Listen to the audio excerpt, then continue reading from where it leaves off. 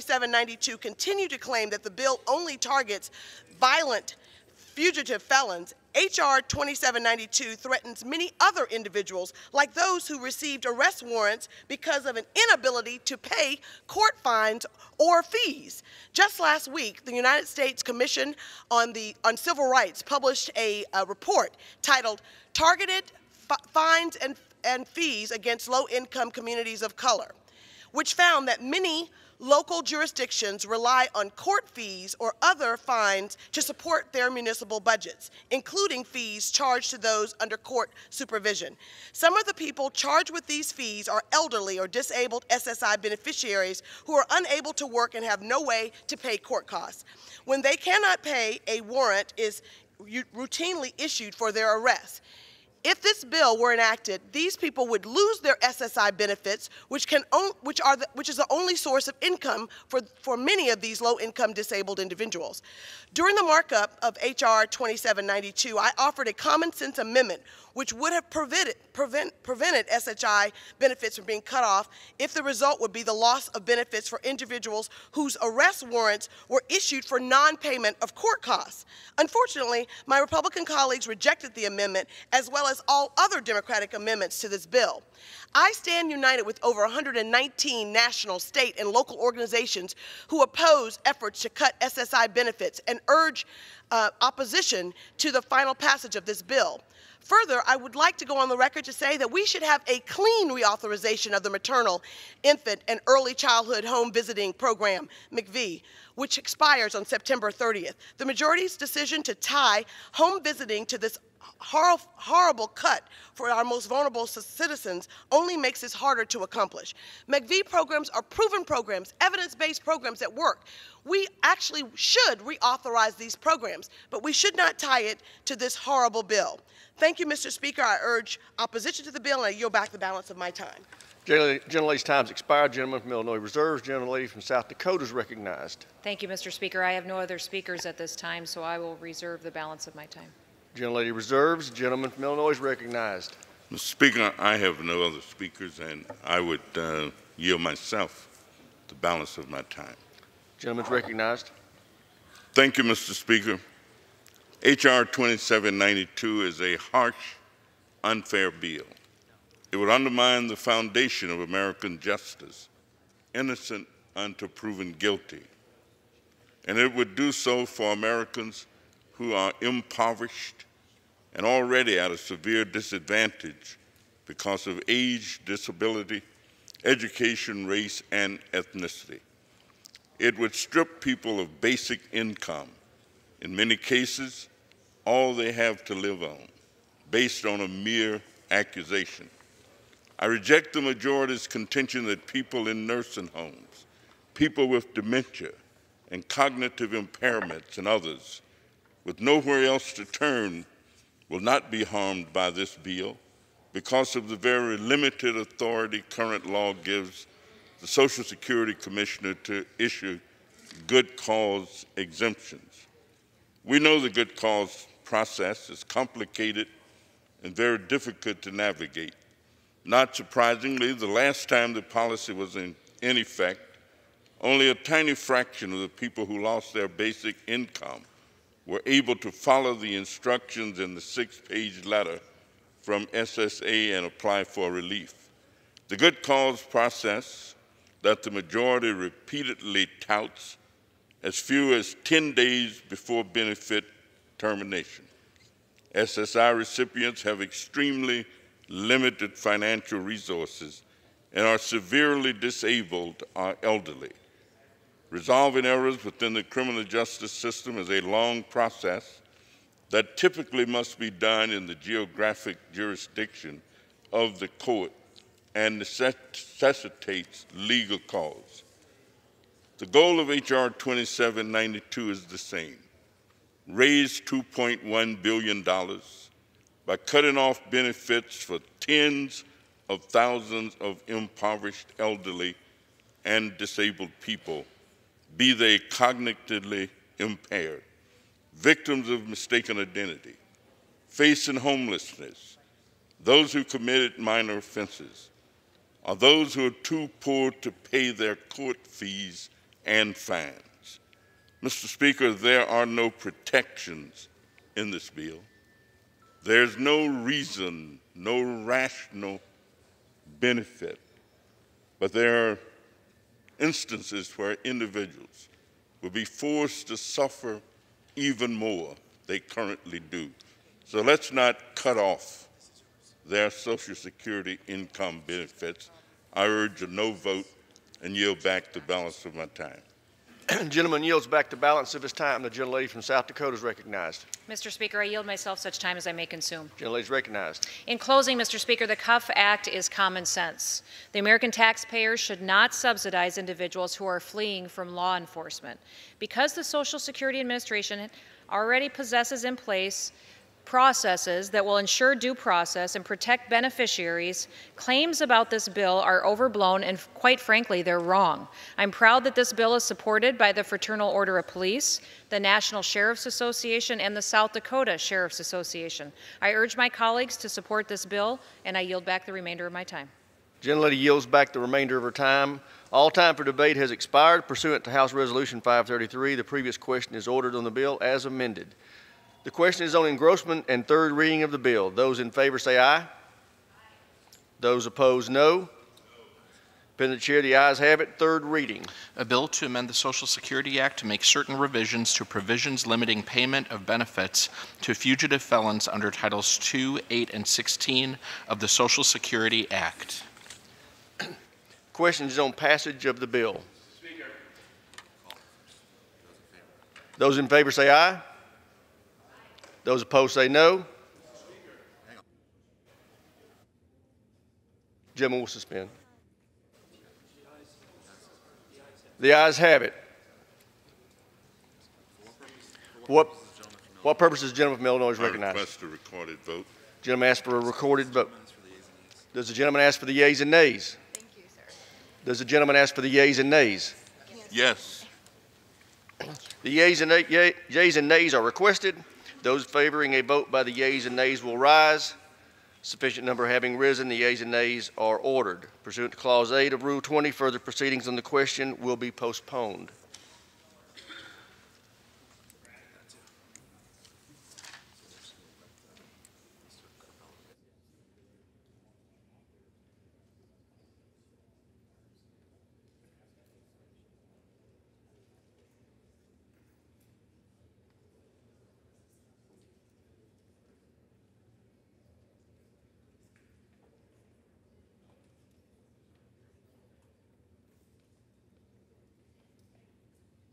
Pursuant to Clause 1C of Rule 19, further consideration of H.R. 3823 will now resume. The clerk will report the title. H.R. 3823, a bill to amend Title 49 United States Code to extend authorizations for the Airport Improvement Program, to amend the Internal Revenue Code of 1986 to extend the funding and expenditure authority of the Airport and Airway Trust Fund to provide disaster tax relief and for other purposes. The question is on engrossment and third reading of the bill. Those in favor say aye. Those opposed say no. The ayes have it. Third reading. A bill to amend Title 49 United States Code to extend authorizations for the Airport Improvement Program, to amend the Internal Revenue Code of 1986 to extend the funding and expenditure authority of the Airport and Airway Trust Fund to provide disaster tax relief and for other purposes. For what purpose does the gentleman from New York seek recognition? Mr. Speaker, I have a motion to recommit at the desk. Is the gentleman opposed to the bill? I am opposed in its current form. Gentleman qualifies. The clerk will report the motion. Mr. Nadler of New York moves to recommit. Is there objection to the gentleman's request? Without objection, the reading will be dispensed with. Gentleman is recognized for 5 minutes. Thank you, Mr. Speaker. Mr. Speaker, I offer this motion to recommit on behalf of Ms. Velasquez. This is the final amendment to the bill which will not kill the bill or send it back to committee. If adopted, the bill will immediately proceed to final passage as amended. It is unfortunate that we are here today debating inadequate policies while our fellow Americans in Puerto Rico and the U.S. Virgin Islands are hurting. While I do not doubt the underlying bill was made with good intentions, it is not just inadequate for all the victims of the hurricanes, it is insulting to the people of Puerto Rico. They are hurting. They have no food, no water, no power. They need our help. Estimates suggest the storm caused $40 to $85 billion in insurance claims throughout the Caribbean, with 85% of those losses in Puerto Rico. Nearly all of the island is without power, and 85% of cell towers were knocked out. The hurricane ravaged 80% of the crop value in Puerto Rico, a $780 million loss. This will result in higher food prices at a time when Puerto Rico faces shortages. These are only the initial estimates. Each day we learn more about the scale of devastation and likely won't know the measure of damage for some time. FEMA has indicated that it has provided more than 1.5 million meals, 1.1 million liters of water, nearly 300 infant and toddler kits, and nearly 12,000 emergency roofing kits to the U.S. Virgin Islands and Puerto Rico since Hurricane Maria's landfall. That's a quote from FEMA. Yet the total population of American citizens in Puerto Rico is 3.4 million. The total in the U.S. Virgin Islands is over 100,000. It has been 7 days since the storm. The math simply doesn't add up. And neither does the bill as it is written. This motion to recommit would do more for the people of Puerto Rico and the Virgin Islands than the underlying bill. Unlike the underlying bill, this motion will give them funds to help them rebuild. The dollars are directed for rebuilding and other economic support. It considers specific provisions to ensure long-term growth is capable on the island, and it strives to treat disaster victims equally. By taking the politics out of natural disasters, all of our constituents, from New York and Puerto Rico to Florida, Louisiana, and Texas, will automatically have the necessary aid to rebuild. Giving them this peace of mind will give them the ability to focus on what matters, their families and communities. Rather than putting forth a fig leaf to offer themselves cover, as the underlying bill does, this motion would provide immediate greater benefits to the people of Puerto Rico and the Virgin Islands. They cannot wait for assistance. By voting for this motion, you'd be voting to help our fellow Americans. I urge all members to vote yes, and I yield back. The gentleman yields back. For what purpose does the gentleman from Florida seek recognition? Speaker, I rise in opposition to the motion to recommit. The gentleman is recognized. Mr. Speaker, I believe in bipartisanship, which means that oftentimes I'm disappointed in this institution. But today I'm not disappointed, I'm shocked. I'm shocked that some would politicize such a sensitive, desperate situation that so many Americans, from Texas to Puerto Rico, are facing at this hour. My colleagues say they want to help the people of Puerto Rico, the people of the Florida Keys in my district, and others throughout the country. A lot of them have come here boasting about the fact that they have never opposed a disaster relief package, yet they're willing to do so today. Why? To try to attempt to score political points. I think that's wrong, and I can't help but take it personally because my constituents really need this help. The people of Puerto Rico, by the way, the person they elected to this chamber, Jennifer Gonzalez Colon, supports this legislation. Stacy Plaskett of the Virgin Islands, our colleague, she put her name to this legislation as well. Chairman Brady, whose constituents are trying to recover in the Houston area, he is asking for passage of this legislation. Yet people from other parts of the country are coming to this floor saying, no, that's not good enough for your constituents. So if my constituents get nothing, I should tell them that's right. Someone from elsewhere said that because this wasn't good enough, you get nothing. That's just wrong. This is an important first step that we have to take to help people in all of these jurisdictions, especially the people of Puerto Rico, because we know that the situation there is in no way comparable to anything that has happened on the mainland. And it's personal for me in that sense as well, because guess what? When my wife's family was exiled from Cuba, they went to Puerto Rico, and they were welcomed there. And my wife's two elder brothers were born in Puerto Rico, and my wife still has family in Puerto Rico. And I know that this legislation would improve their situation. Can we do more? Should we do more? Should we work together to do more in the future? Yes, we should and we will. But that is no excuse to vote against this legislation. That is no excuse to leverage the suffering of these people to try to achieve a political objective or even to advance different legislation. So I respectfully ask all my colleagues, Republicans and Democrats, and I thank the 26 Democrats who stood with us on Monday, and I ask them to do it again today, and for more to join us, to send a strong message of national unity for the people of Florida, Texas, Louisiana, the U.S. Virgin Islands, and yes, Puerto Rico. Thank you, Mr. Speaker. I yield back. Gentleman yields back. Without objection, previous question is ordered on the motion to recommit. The question is on the motion. All those in favor say aye. Aye. All those opposed say no. No. The motion is not agreed to. Mr. Speaker. Gentleman from New York is recognized. And that I ask for the ayes and nays. The yeas and nays are requested. Those favoring a vote by the yeas and nays will rise. Sufficient number having arisen, the yeas and nays are ordered. Members will record their votes by electronic device.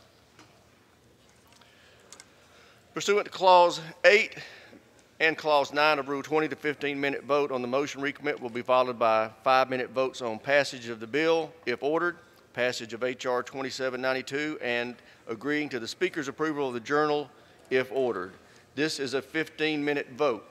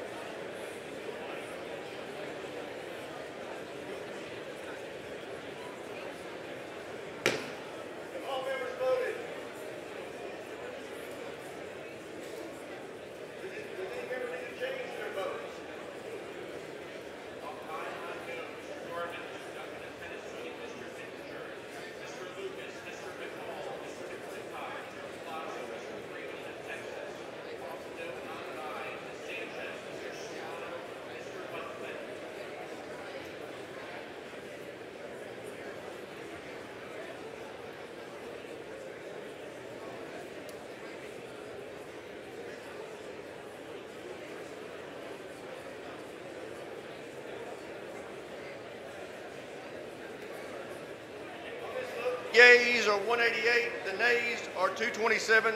The motion is not adopted.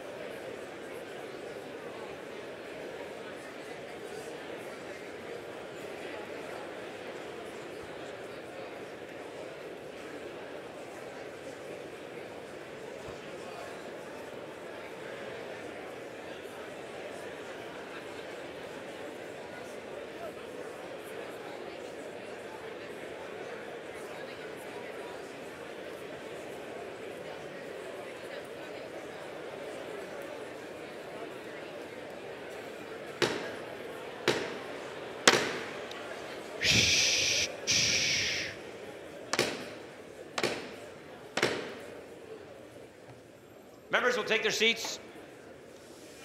Members and staff will take their conversations off the floor. Members will please take their seats.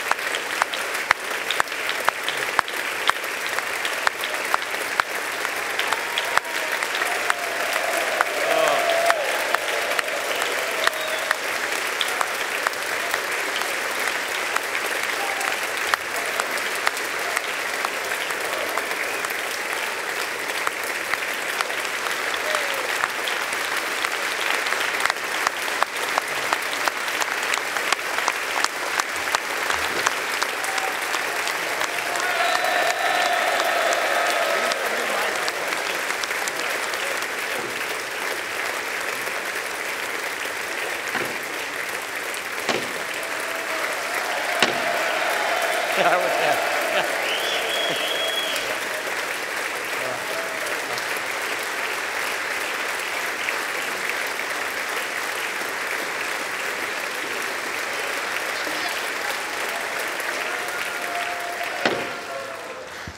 The chair wishes to mark the return to the chamber of our dear friend and colleague from Louisiana, Mr. Steve Scalise.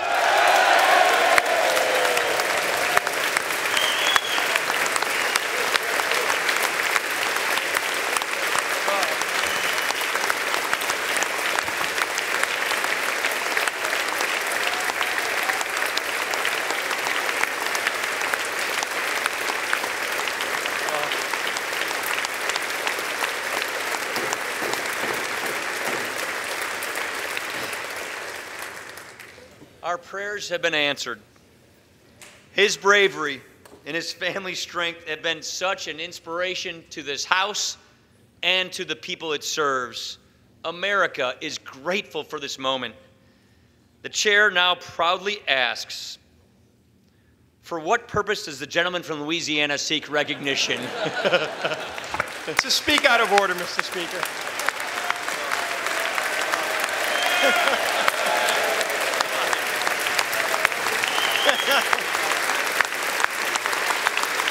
What other motions would you like me to make?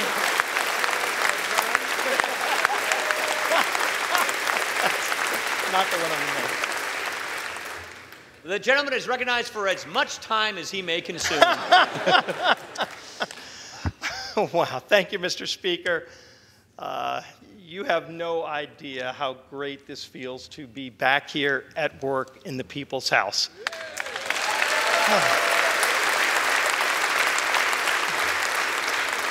As you can imagine, these last 3.5 months have been pretty challenging times for me and my family.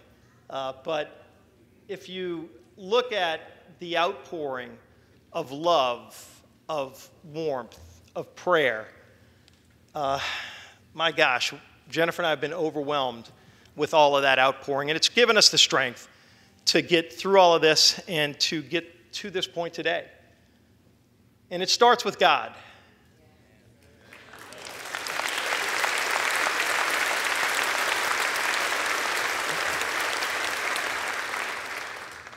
When I was laying out on that ball field, the first thing I did once I was down and I couldn't move anymore is I just started to pray. And I will tell you, it gave me an unbelievable sense of calm, knowing that at that point it was in God's hands. But I prayed for very specific things. And I will tell you, pretty much every one of those prayers was answered. And they were some pretty challenging prayers I was putting in God's hands. But He really did deliver for me and my family, and it just gives you that renewed faith in understanding that the power of prayer is something that you just cannot underestimate.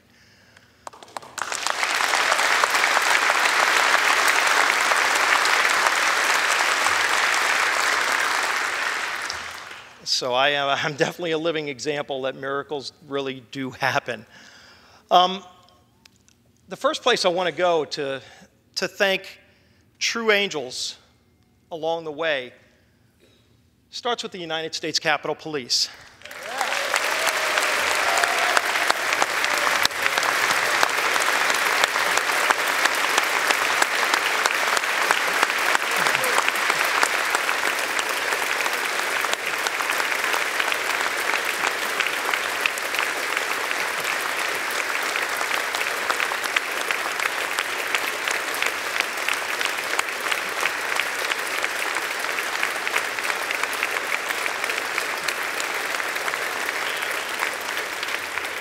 When I was elected majority whip, as you know, the elected leadership has a security detail.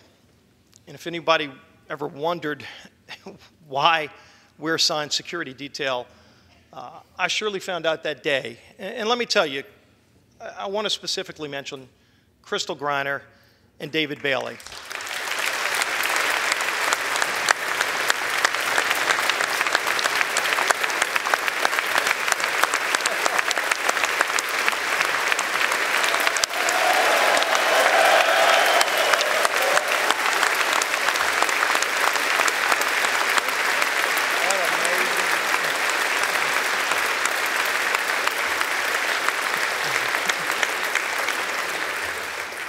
Crystal and David were assigned to my security detail that morning.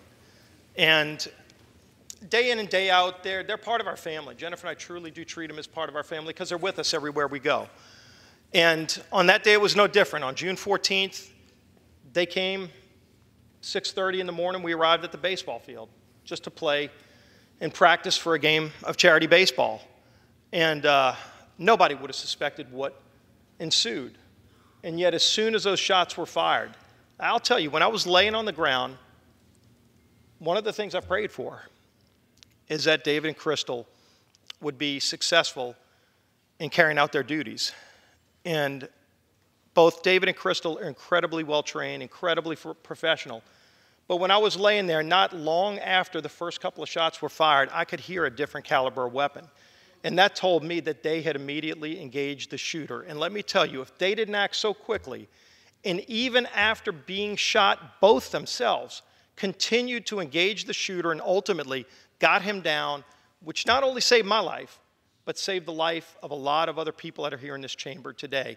Crystal couldn't be with us today, but David Bailey is with us. David, you are my hero. You saved my life. And everything. Thank you so much.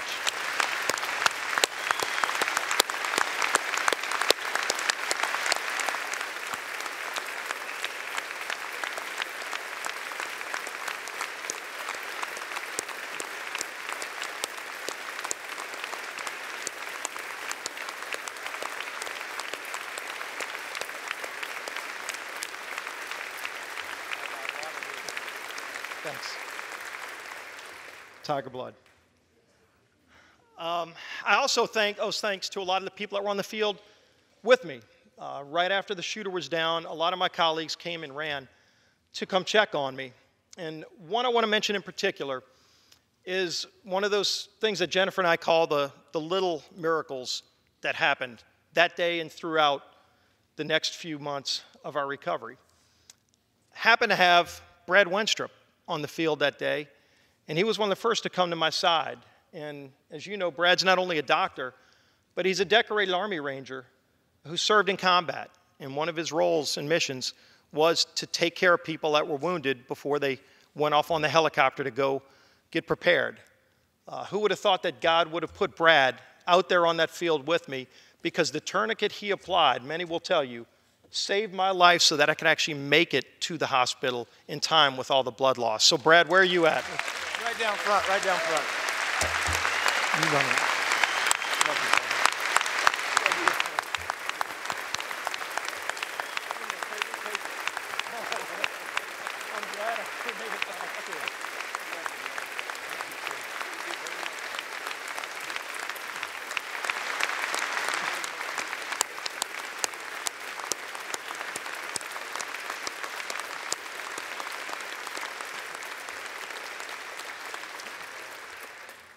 Once I arrived at MedStar Hospital, I was a little bit out of it at that point.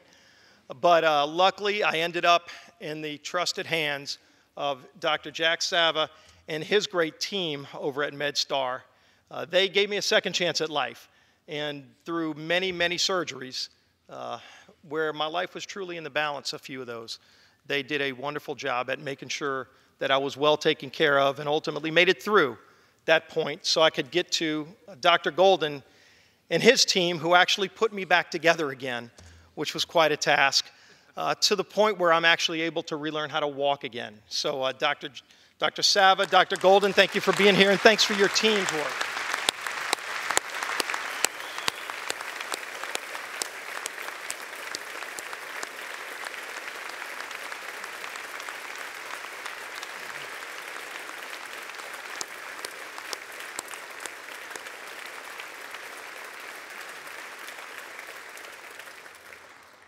Above all else, I want to thank my lovely wife, Jennifer.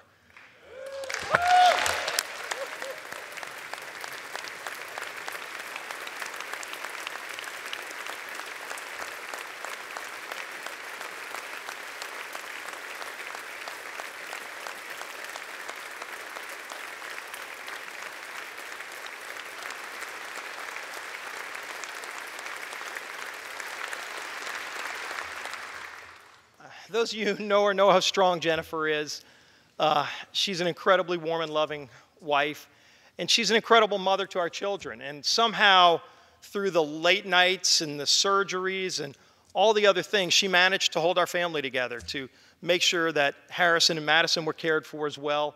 And still to this day, she's not only by my side, but she's also serving as a great mother. I am lucky to have you. Thanks for being here. Love you, sweetheart.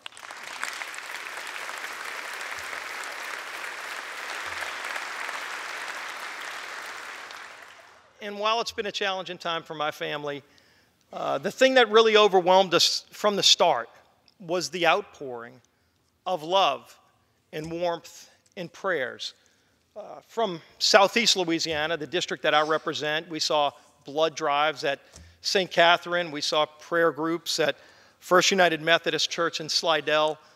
But what we also saw were prayer groups and well wishes being given from people that we'd never met before throughout all of your districts. And you shared it with me. And it was one of those things that was hard for us to completely comprehend, that you had people from all walks of life that had never met me before, and yet they saw what had happened, and they just wanted to offer prayers. And let me tell you, to each and every one of you, and please convey it to your constituents, and I sure convey it to my constituents back home, that warmth and love gave us just incredible strength that you can't imagine during some really, really difficult times. And so that is one more example of the power of prayer. Something else I saw firsthand wasn't a surprise to me, but it was the outpouring of love from you, my colleagues, both Republican and Democrat. I know right after the shooting, we were practicing on the Republican side, and the Democrats were practicing too. And my colleague and friend and sometimes arch rival in baseball from back home in New Orleans, unfortunately the star of the game too many times, Cedric Richmond somehow figured out which hospital I was sent to, and got there, probably the first person there on the scene in his baseball uniform to check on me. So many others of you, again, both Republican and Democrat, reached out in ways that I can't express the gratitude and how much it means to me, Jennifer, and our whole family. It really does show the warm side of Congress that very few people get to see. And so I want to thank each and every one of you for that. You don't know how much it meant to me. And when I come back into this chamber here today, it just seeing the faces of all of you, it just means more to me than you can imagine. So thanks for all of that love and support.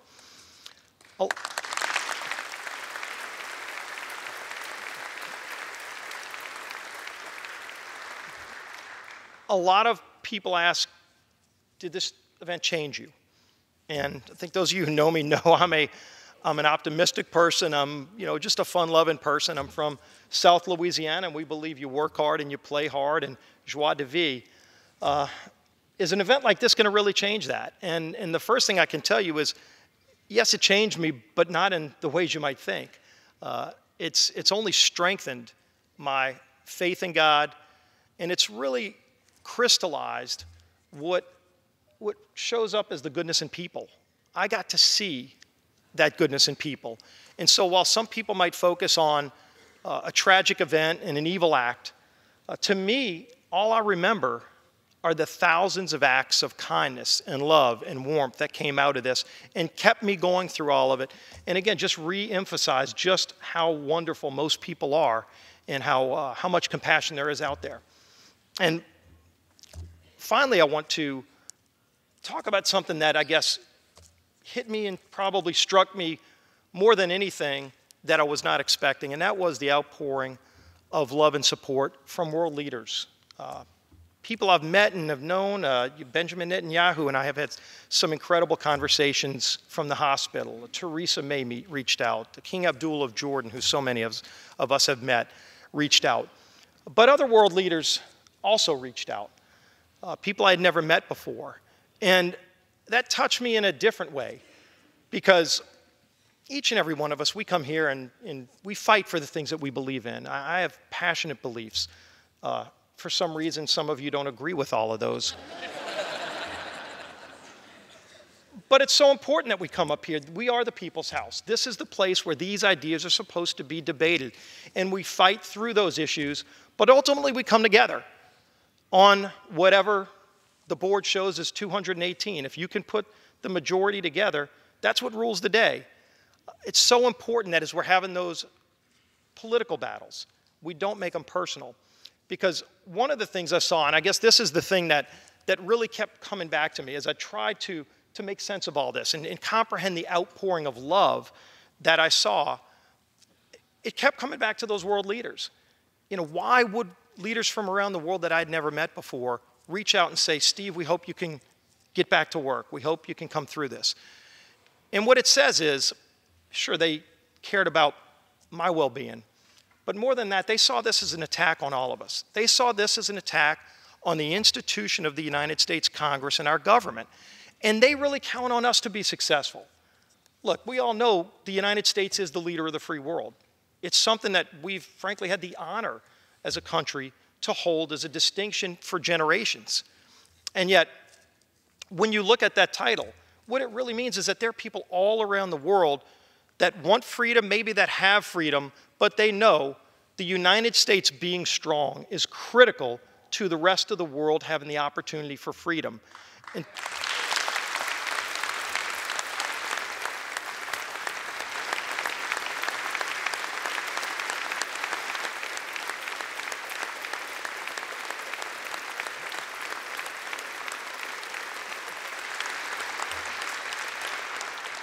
but that's why I'm so excited to be back, because as we're fighting through the issues of the day, let's just keep in mind that we rise above the challenges of the day and understand that it's not just us and our constituents and the country, the United States, that's counting on us being successful. People all around the world that believe in freedom are counting on us as well, and we will deliver for them. That's why I am so honored to be back here in the House serving with you. God bless each and every one of you, and God bless the United States of America.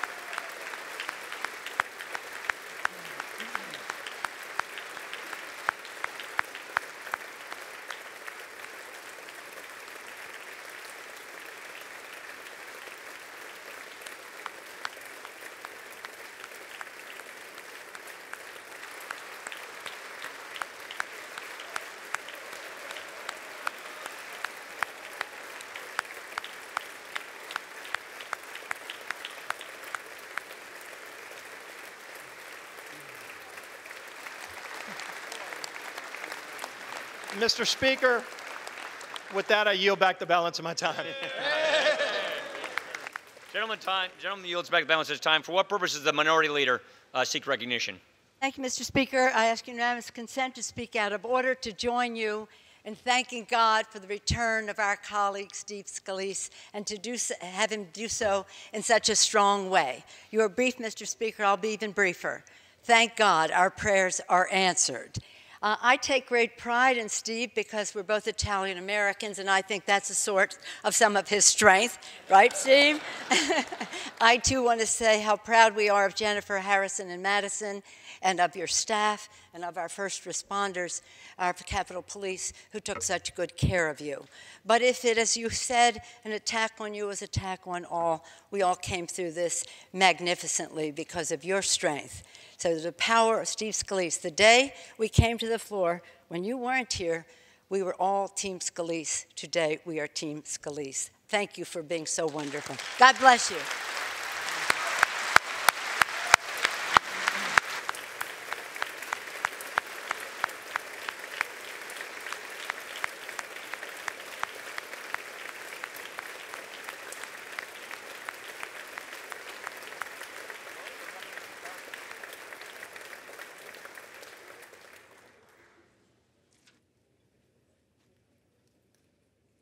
Objection. 5-minute voting will continue. The question is on passage of the bill. Those in favor say aye. Those opposed say no. The ayes have it. The bill is passed. Gentleman from California. The yeas and nays are requested. Those favoring a vote by the yeas and nays will rise. A sufficient number having risen, the yeas and nays are ordered. Members will record their votes by electronic device. This will be a 5-minute vote.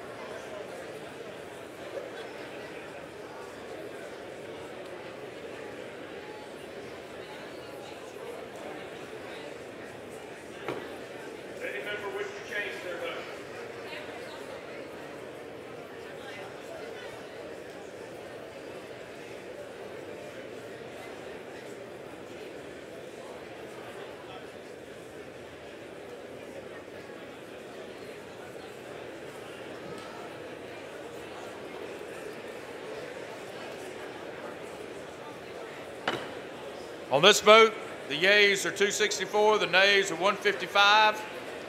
The bill passed without objection. The motion to reconsider is laid upon the table.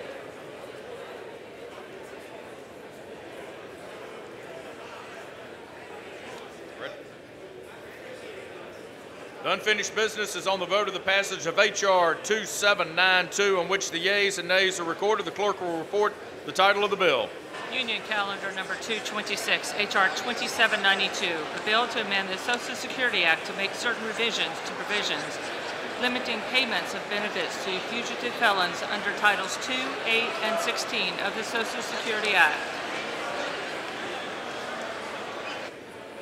The question is on the passage of the bill. Members will record their votes by electronic device. This is a 5-minute vote.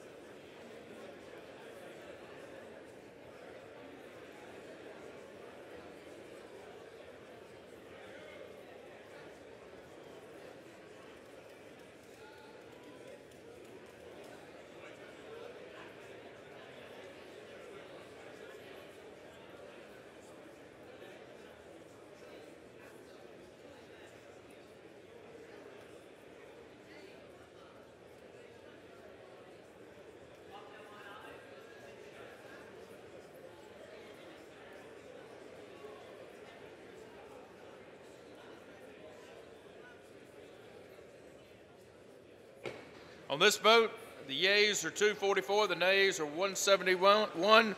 The bill is passed. Without objection, the motion to reconsider is laid upon the table.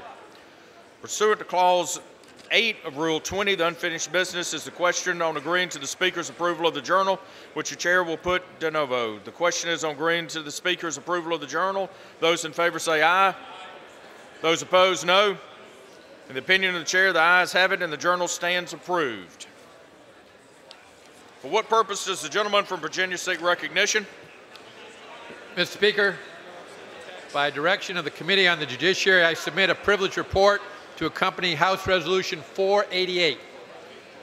The clerk will report the title. Privileged report to accompany House Resolution 488, resolution of inquiry requesting the President and directing the Attorney General to transmit, respectively, certain documents to the House of Representatives relating to the removal of former Federal Bureau of Investigation Director James Comey. Referred to the House calendar and ordered printed.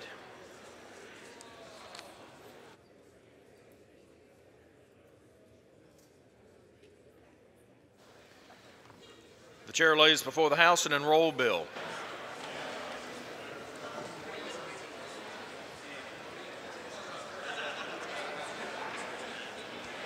H.R. 3819, an act to amend Title 38 United States Code to extend certain expiring provisions of law administered by the Secretary of Veterans Affairs and for other purposes.